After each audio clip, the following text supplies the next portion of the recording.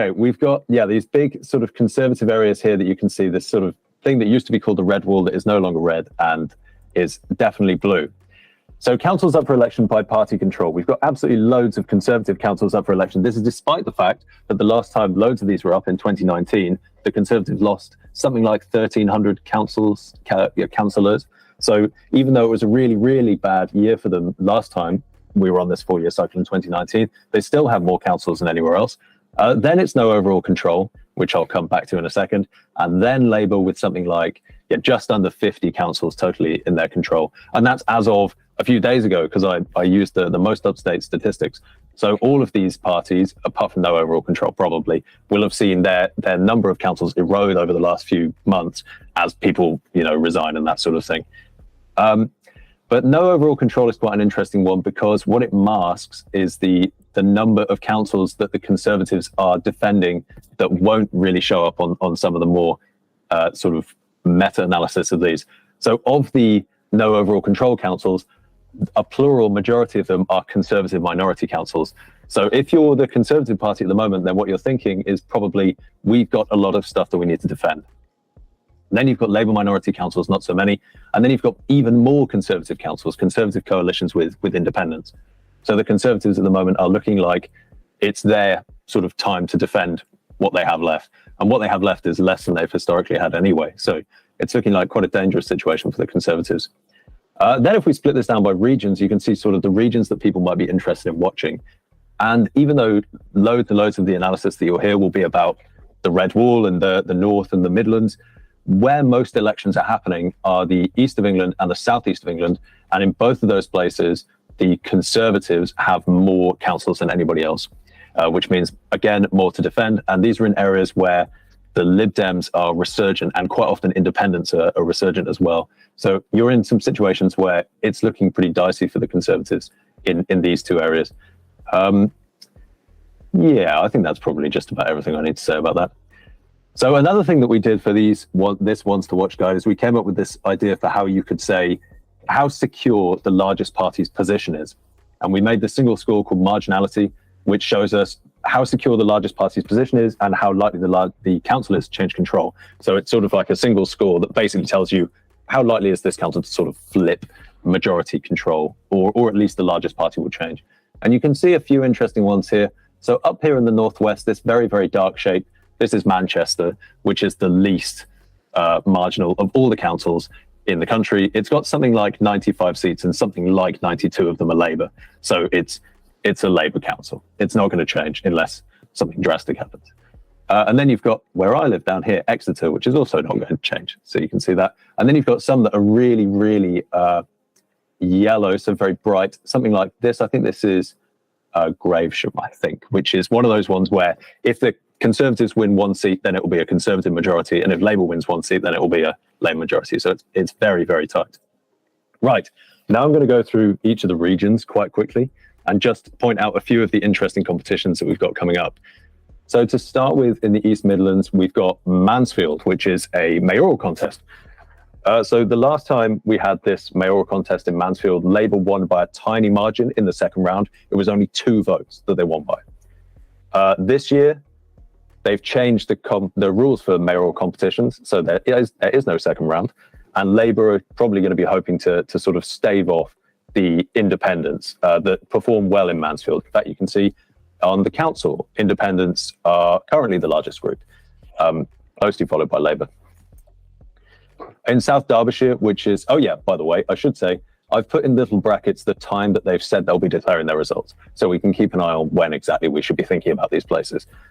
In South Derbyshire, it's a really close contest between Labour and the Conservatives. It's currently no overall control. The Conservatives won a majority at the last election, but it's one of those ones that it was a small enough majority that it's eroded over time.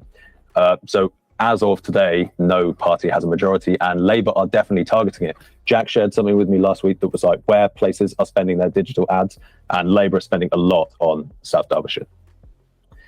There's also the small Conservative. So this is looking pretty blue at the moment, and historically it hasn't.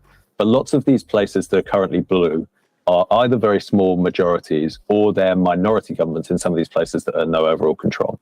So even though the Conservatives have a lot of the East Midlands, it's not necessarily something that's going to stick around. And you can see that in the map to the right, where lots of these are very, the no overall control ones that are Conservative minorities, they are very bright because they're more marginal. Right, on to the east of England.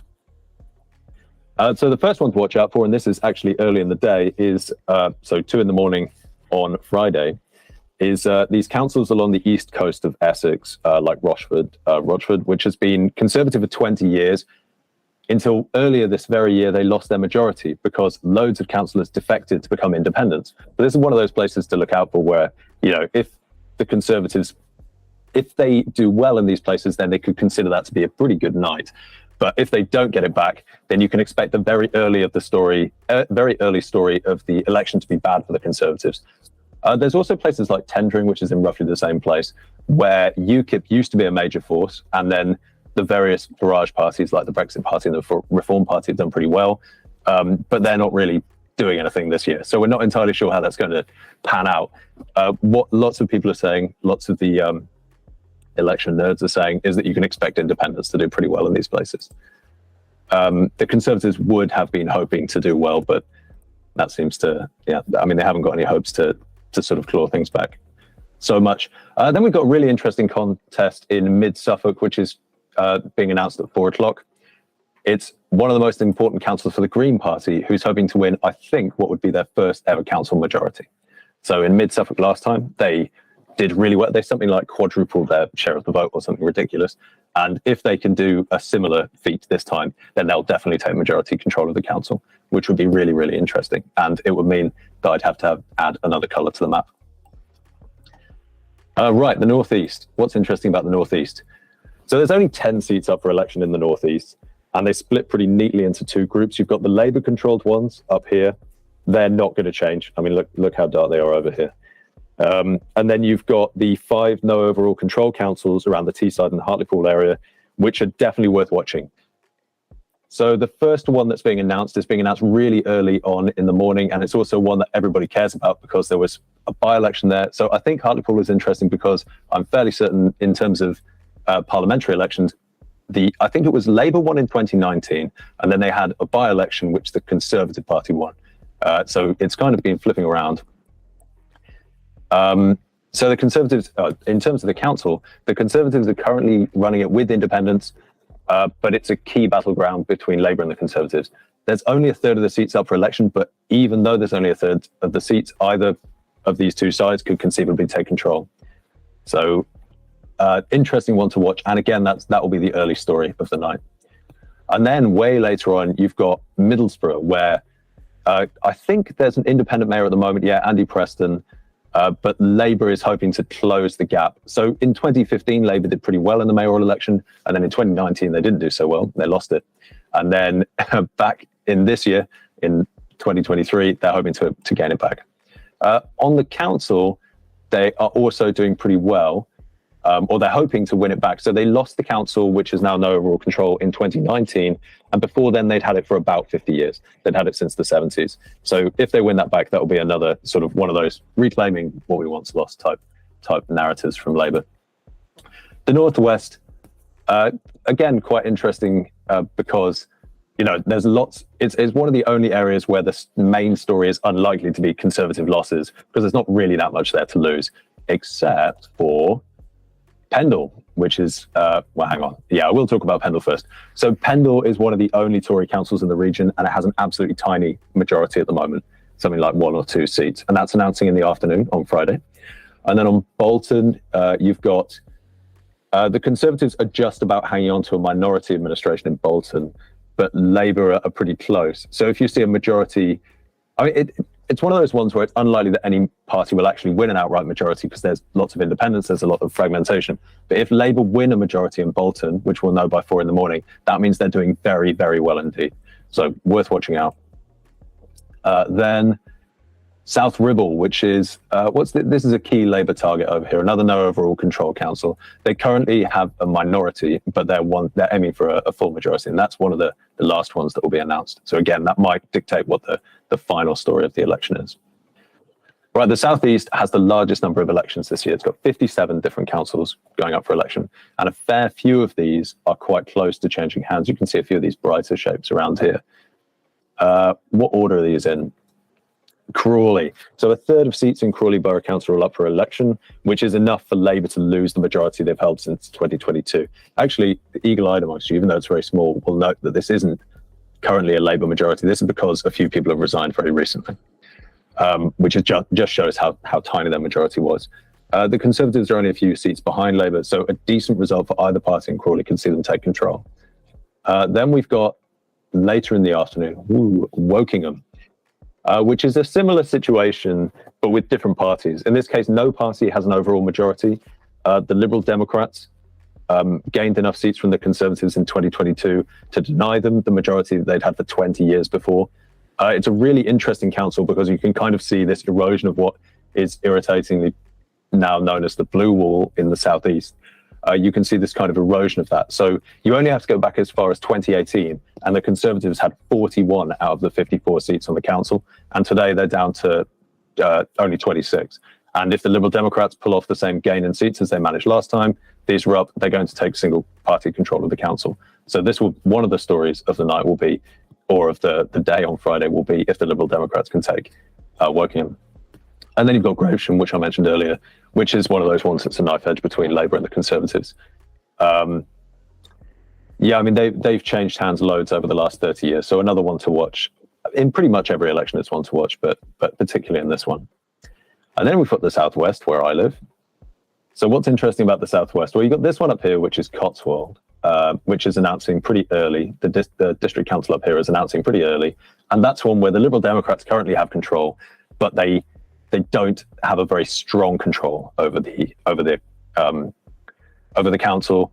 It's quite a weird place, actually, because it's one of the rare Remain voting rural areas in the Southwest, which is sort of how the Liberal Democrats won it last time in 2019. If you'll remember, that was quite a different political circumstance where Remain was, the Brexit wars between Leave and Remain were still very much top of the agenda. It would be quite strange if the Liberal Democrats lost this, because the only party they can really lose it to is the Conservatives. So the Conservatives would have to massively overperform what they did last time. So it'd be weird if they lost it, but definitely worth watching. Then we've got one of the ones everybody's always talking about, Plymouth, which is currently a Conservative minority administration, even though Labour have more councillors. There was a tree-based controversy that we've talked about a bit before where the leader was chucked, I think, and it often flips between Labour and the Conservatives. So worth watching out for Plymouth. And then I've had to do this on the other side because it's too close to Cotswold District Council. But you've got Swindon. You'll note that Swindon here isn't one of the lightest ones that we've seen. This is a key Labour target. I think it's where Keir Starmer launched the Labour campaign this year. And basically because the Conservatives have quite a few more seats, something like, 12 more seats or something. So if Labour wins Swindon, then it means it's been a very, very good night. So yeah, definitely worth watching out for that. And there's Exeter again, which is where I live. The West Midlands. So announcing early in the West Midlands, we have Worcester, which is just before 3 a.m. It's currently a Conservative minority administration, which we know the Labour Party are targeting, but they haven't had a majority there since the year 2000, I think, or at least the early 2000s. So if they win this one early in the morning, then that's something that they'll be saying, this is the first time we won this since Blair. It's a sign of good things to come. Then we've got Stoke-on-Trent, which is also announcing pretty early in the morning. It's very unlikely that Labour is going to win majority, but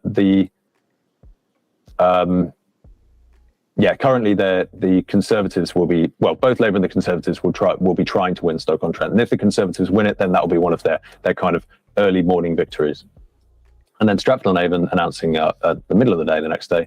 It's a kind of similar story to Worcester. It's been a Conservative majority since 2003, but the majority is now looking pretty thin, and they could be in a situation where the Liberal Democrats stop them from taking an overall majority. Right, we're on to the last region now, so I will stop talking relatively soon. So the things to watch in Yorkshire and the Humber is the big cities. So Hull is announcing very early on. It's been a Liberal Democrat majority for all of 1 year, and Labour are really hoping to take it back, especially because they'd had it for 10 years before that. Then you've got Sheffield announcing later on in the day on Friday. It's a multi-party coalition across Labour, the Liberal Democrats, and the Greens at the moment, but Labour only needs to win a very small number of more seats to take back Sheffield. And then you've got York announcing last in the day, although I have my suspicions about that because they're also last alphabetically. So I do wonder if something's gone wrong there. They're probably, it's currently a Green/Liberal Democrat coalition, and Labour aren't very far behind. So you could conceivably see Labour take this council. Right, now I'm going to take you through a timeline, which hopefully is going to be something that is more actionable. So by 6 in the morning, we should know lots about whether the Conservatives are holding on to their small majorities in the east of England, like Brentwood or Rochford, and in the southeast of England, like Windsor and Maidenhead. If they're not holding on to these, then it means it's a bad night for the Conservatives. You'll also know whether Labour have managed to take Hartlepool or Hull, likely to be their first bits of good news if they manage to get these in the Midlands and the North and Yorkshire. If the Liberal Democrats have lost Cotswold District Council, that's very bad news for them. So that's another thing that we'll know pretty early on. Then by 12, we should know pretty much nothing new because there's very few councils who are doing anything in the morning. But unless the Conservatives win Stoke-on-Trent, which could indicate a better night than they expected. And we'll know that by 6 in the morning or something, or quite early on in the morning. Then by 2 o'clock, we should know a little bit more. We should know if Labour have won the mayoral contest in Mansfield that they're hoping to. We should know if the Conservatives have held on to Stratford-on-Avon, and we should also know if Labour have improved their lead in Crawley. So they'll be they're aiming to get a majority there, which would be, that would be another victory for the party. And then finally, well, not finally actually, penultimately, at 4 o'clock, we should know if Labour have won the mayoral contest in Middlesbrough and the council in Sheffield, which will be some of the main things that they're aiming to do. Then we'll also know more about if the Conservatives are having a bad time in the south, east, and the northwest, losing Pendle or failing to win Gravesham. And we should also know if the Greens have taken their first majority council in mid-Suffolk. And then by 8, by the end of the night, we should know if Labour wins York and ends on a high note, or if everyone's favourite Swindon ends up going from Labour to the Conservatives. Going to Labour from the Conservatives. We should also know whether independents have done well, which is going to be really difficult to know on the day, but we'll be looking out to see, areas where independents are likely to do well. If there's any more independent councils, which are quite rare, then that would be useful to know as well. It will take a bit of time once all the results have been announced to figure out how many independents have actually been elected, because the proportion of independents is what really matters, whether it's sort of, I think the height is something like just under 20%, and we'll want to see if that's happened again. So we should know pretty much everything there is to know, except not about voter ID. So on the day, there's going to be a few people who will do analyses of turnout. I would say this is something that you don't really want to pay attention to on the day, because if turnout goes up, that doesn't mean that voter ID has had no negative effect. And if turnout goes down, that doesn't mean that voter ID has had a terrible negative effect. Really, we won't know whether voter ID has had a major effect on people turning out to vote until quite a bit later on.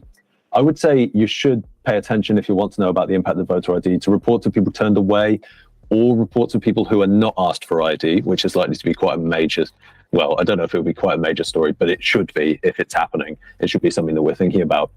Or people who have their legitimate ID refused. That's something else to look out for, because that's pretty bad news. And also major administrative failures, if we see any of those. So if you get to a situation where, lots and lots of people are queuing on the day or anything like that, that's the kind of thing that we should look out for.